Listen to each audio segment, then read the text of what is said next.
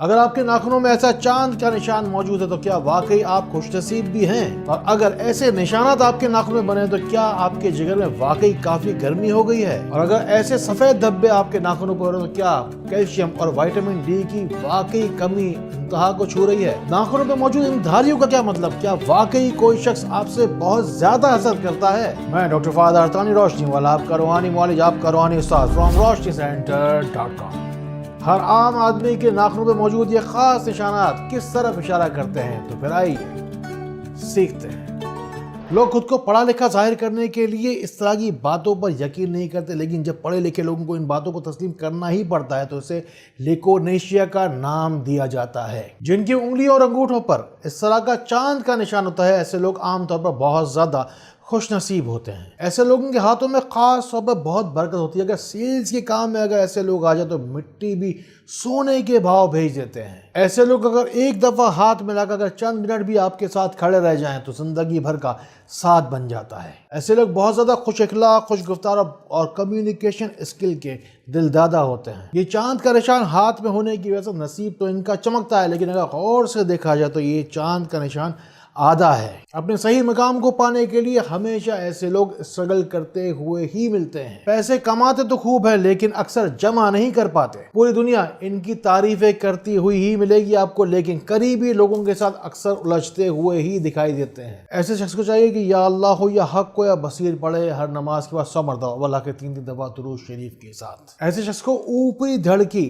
بیماریاں عام طور پر ہو سکتی ہیں، اسی لیے گرم پانی میں شہد، الائچی اور دار چینی کا پاؤڈر ملا کر پینا ان کو فائدہ دیتا ہے۔ ریسرچ سے یہ بات ثابت ہوتی ہے کہ ناخنوں پر اس طرح کے نشانات جو آپ کو 20 وقت دکھائے جا رہے ہیں، اس طرح کے نشانات جو ہے وہ جگر کی گرمی کی طرف اشارہ کرتے ہیں، گردے کے اندر پتھری کی طرف اشارہ کرتے ہیں، یا پھر ہوتا ہے معدے میں زخم، یا پھر آنتوں میں ورم یا خون کی کسی بیماری کی طرف بھی ایسے نشانات اشارہ کرتے ہیں۔ ایسے شخص کو چاہیے کہ کوئی ایسی غذا استعمال کرے جس کی شفائی تاثیر سیدھے جا کے خون میں شامل ہو جائے۔ مثال کے طور پر چقندر استعمال کریں، سیب یا لوبیا استعمال کریں۔ ایسی غذا جا کر جس وقت نیا خون پیدا کرے گی تو وہ جگر کو بھی جا کے سپورٹ کرے گی، وہی پانی جا کے پھر گردوں میں جائے گا، یا پھر جو خوراک ہے یہ جا کے معدے میں بھی جائے گی، پھر آنتوں میں بھی جائے گی، اور پھر بلاخر خون میں جا کے اپنی توانائی کو منتقل کر دے گی۔ پیٹ میں موجود تمام ہی اعضاء کے لیے جو غذا استعمال کریں اس کے اوپر چاہیں تو سورہ فاتحہ شفا کے لیے 7 دفعہ دم کر کے پئیں، چاہیں تو ایک مٹی کا پیالہ لیں، اس پر سورہ فاتحہ 7 مرتبہ پڑھ کے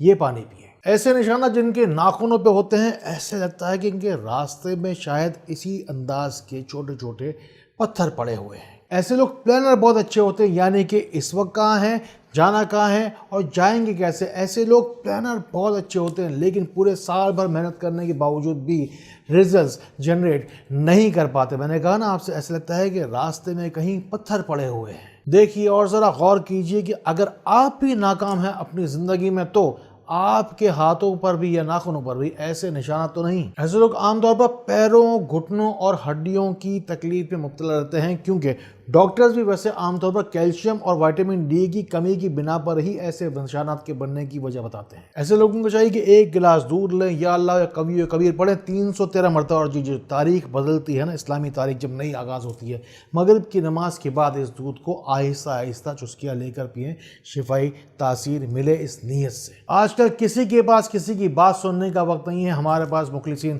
لائن سے بیٹھے ہوئے ہیں، 0313 نمبر ہے، نوٹ کیجئے اپنے پاس، یہ لائف لائن نمبر ہے، فون نمبر نہیں ہے آپ کے لیے۔ ملائیے نمبر، کوئی بھی جسمانی یا روحانی بیماری کا علاج چاہتے ہیں نا، لکھوائیے، اپنی ساری بات تفصیل کے ساتھ 5 منٹ 10 منٹ بات کریں، سارا دل کا بڑاسا نکالیں، پوری بات سمجھائیے۔ اپنا علاج کے لیے آپ کو مکمل پھر گائیڈ کیا جائے گا، وظائف بھی دی جائیں گے، ساتھ ساتھ علاج بھی بتایا جائے گا۔ یا پھر معلوم کیجیے آپ کے نام کے حساب سے اور تاریخ پیدائش کے لحاظ سے آپ کا جو بہترین موافق جو پتھر ہے آپ کے لیے وہ پوچھئے، چاہے تو وزٹ کیجیے جا کر roshnicenter.com۔ میں نے اپنی زندگی کے اندر ہزاروں کتابیں پڑھی ہیں۔ ایک کتاب میں مجھے یاد آتا ہے کہ لکھا ہوتا ہے کہ جو ناخن ہوتے ہیں ہمارے، کیوں ہوتے ہیں، ناخنوں کی ضرورت کیا ہے ہمارے جسم کے اوپر، یہ دراصل قرآن پاک میں آیا کہ ہمیں اللہ تعالیٰ نے پانی سے پیدا کیا۔ یہ دراصل پانی کی جو مخلوق ہوتی ہے نا، اس کا لباس ہوتے ہیں یہ ناخن، اسی کے اوپر ہی تہ در تہ چڑھے ہوتے ہیں۔ اگر آپ نے دیکھا ہو جو کہ خرچ کر نکالے جاتے ہیں، یہ اللہ تعالیٰ نے اپنی نشانی دی ہے کہ ہمیں اللہ تعالیٰ نے دراصل واقعی